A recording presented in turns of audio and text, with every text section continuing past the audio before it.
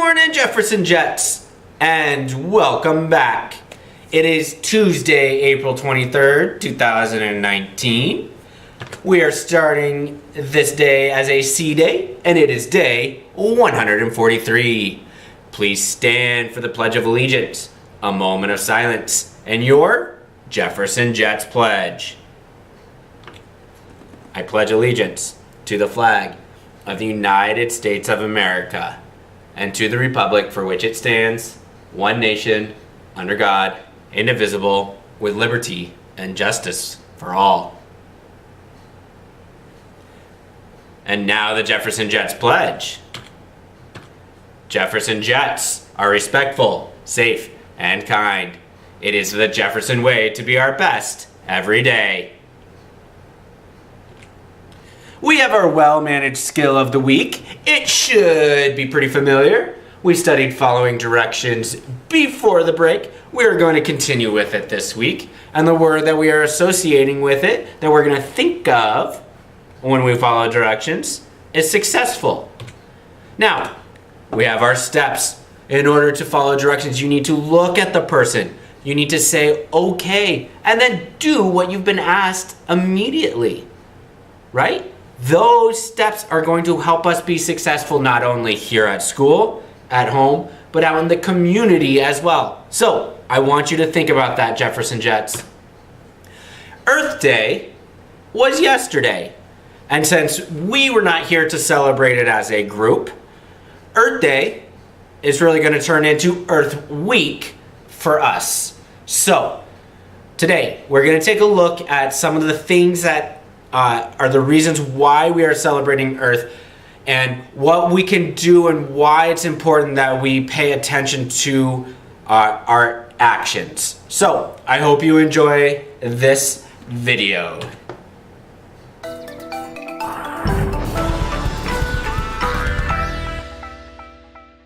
Happy Earth Day, everyone! Earth Day is a special day celebrated all over the world on April 22nd every year.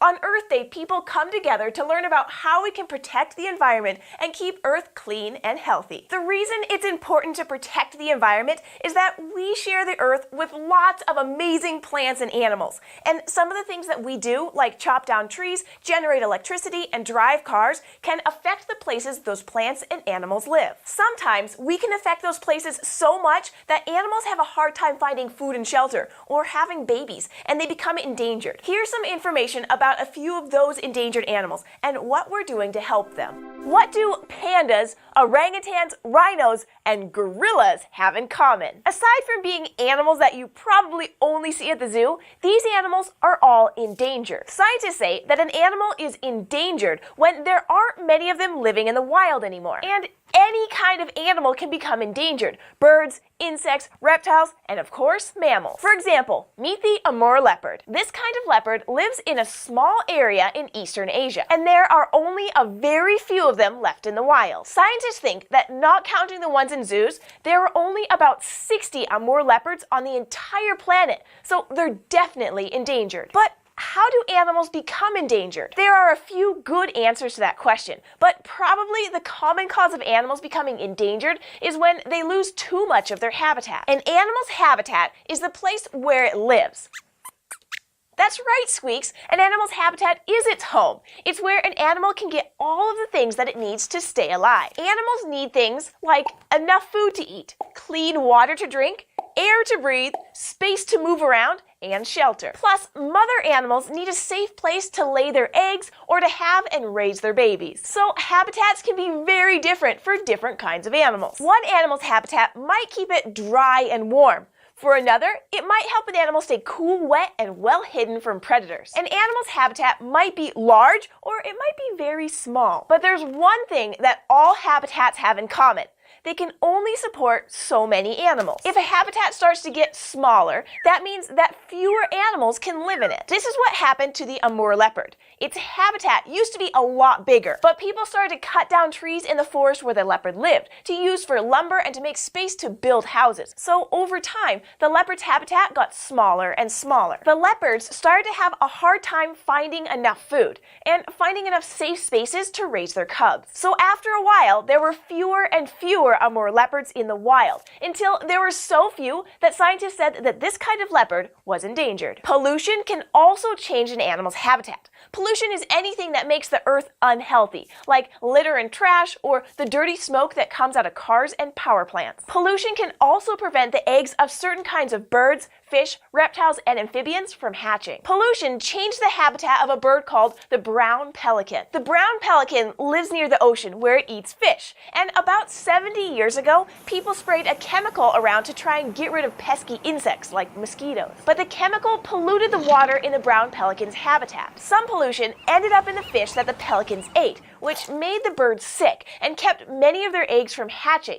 Soon, there were fewer pelicans. For a while, the brown pelican was endangered, but scientists and other people solved the problem. They told other people about the problem, and soon everyone stopped using the chemical, and the pelican's habitat became clean again. More baby pelicans began to hatch, and in most places, the brown pelican is no longer endangered. This big brown bird is a great example of what can happen when we find out that an animal is endangered. People can work together to try and clean up an animal's habitat if it's polluted. Or if an animal's habitat is getting too small, like the Amur leopard's forest, people can try to plant more trees to make the habitat bigger again. Now, you may not know it, but you're helping endangered animals right now. One of the best things that kids can do to help is to learn about animals that are endangered. You can also help out animals that live in your area by taking care of their habitats. That means doing things like recycling and throwing away garbage instead of littering, and working with other kids and grown-ups to clean up your neighborhood. Everyone deserves a clean and healthy.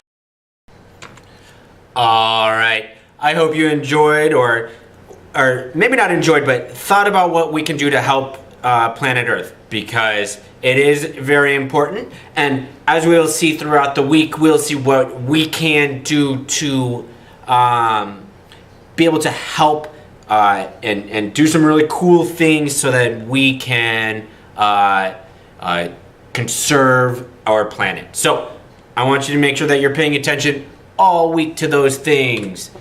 We have some updates. Parent Appreciation Night is Thursday from 5 to 6. Come join us in the cafeteria for pizza and refreshments, because we really appreciate your parents, and I know that you should as well.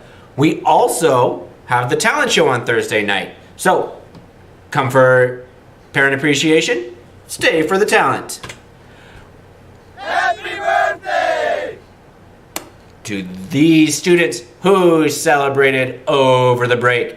I hope you enjoyed not having school on your birthdays, but happy birthday to Aiden Otero, Froyline Perez, Sarah Jarzab, Samuel Pagan, Casey Bates, Yamilet Valenzuela, and Yadiel Figueroa. Happy birthday To Alexa Lowe today. And finally, I'm glad you guys are back, Jefferson Jets. Let's finish out this year strong. And then today, be great, choose happy, and have a tremendous Tuesday.